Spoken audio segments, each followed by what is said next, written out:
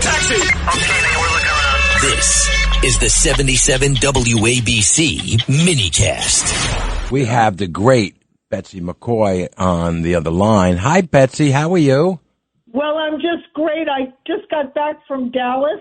Ah. I spent the weekend with CPAC, that wonderful organization that supports and endorses and cheers for conservative Americans supporting our most fundamental values, the Bill of Rights, zeroing out income taxes, and strength abroad. And that's what you want to do with Connecticut, correct? That's right. I am going to eliminate the state income tax. And, you know, there's a lot of misunderstanding about how. I keep hearing that people think, well, she's going to blow a huge hole in the state budget. Half of the budget is provided by the income tax. So many people will suffer as a result. No.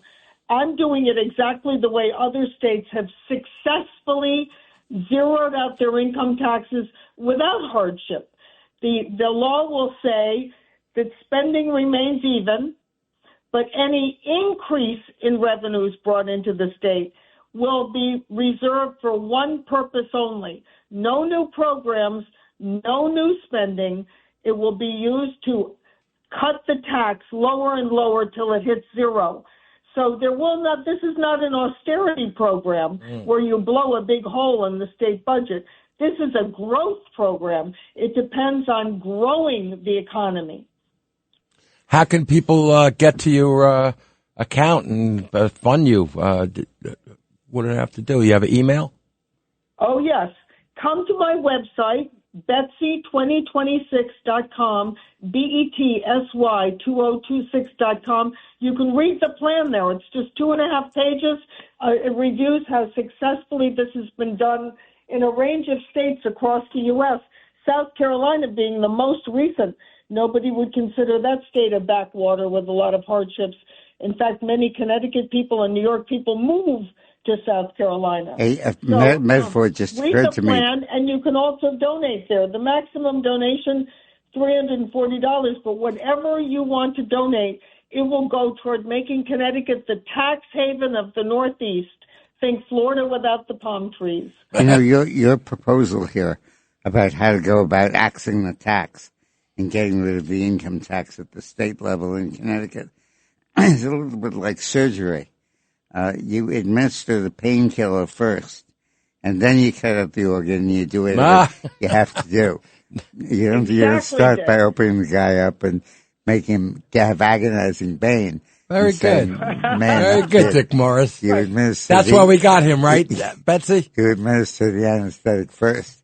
And the anesthetic is that we take the money that's being used now for everything, and we apply that first to killing the pain of getting rid of the income tax.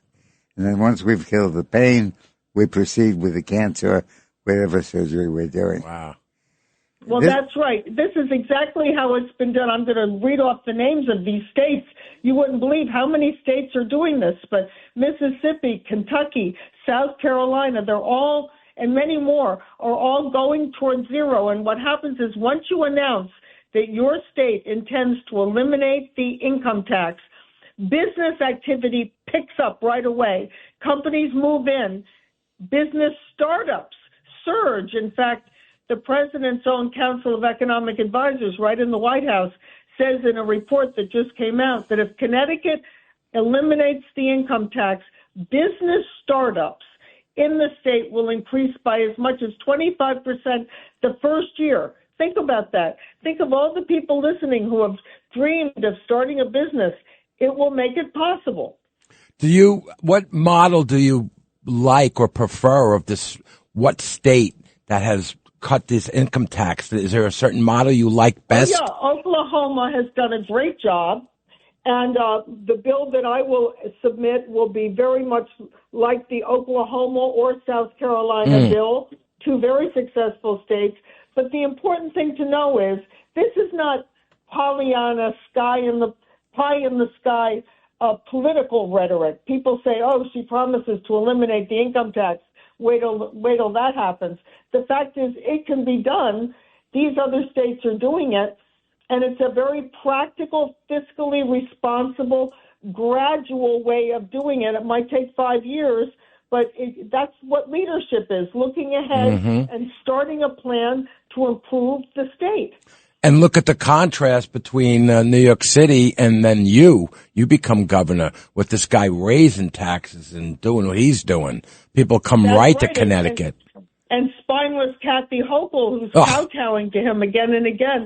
Actually, what I'm going to do is stand on the Connecticut-New York border and say to all those companies and families, come on over. We're open for business in Connecticut. You should put 1 foot in Connecticut and 1 foot in New York. That's right. I could stand in Amenia, for example, a charming little town in New York. Beautiful. Put 1 foot over in Lakeville or Kent, Connecticut, and say, "Come on over." I love it. So, do you have any fundraisers coming up that people can go to? Well, fundraisers. I'm going to be all over the state this week. In Madison, Connecticut, on Wednesday. Trumbull, Connecticut, on Tuesday. New Canaan, Connecticut on Monday. I'm out every night, not always raising money, sometimes just talking to the folks and getting input on what we need to do in our state. But I'm out every night all over the state. The easiest way to donate, if you want to donate to support the elimination of the income tax, come to Betsy2026.com. Betsy2026.com. The Dick Morris Show on the Red Apple Podcast Network.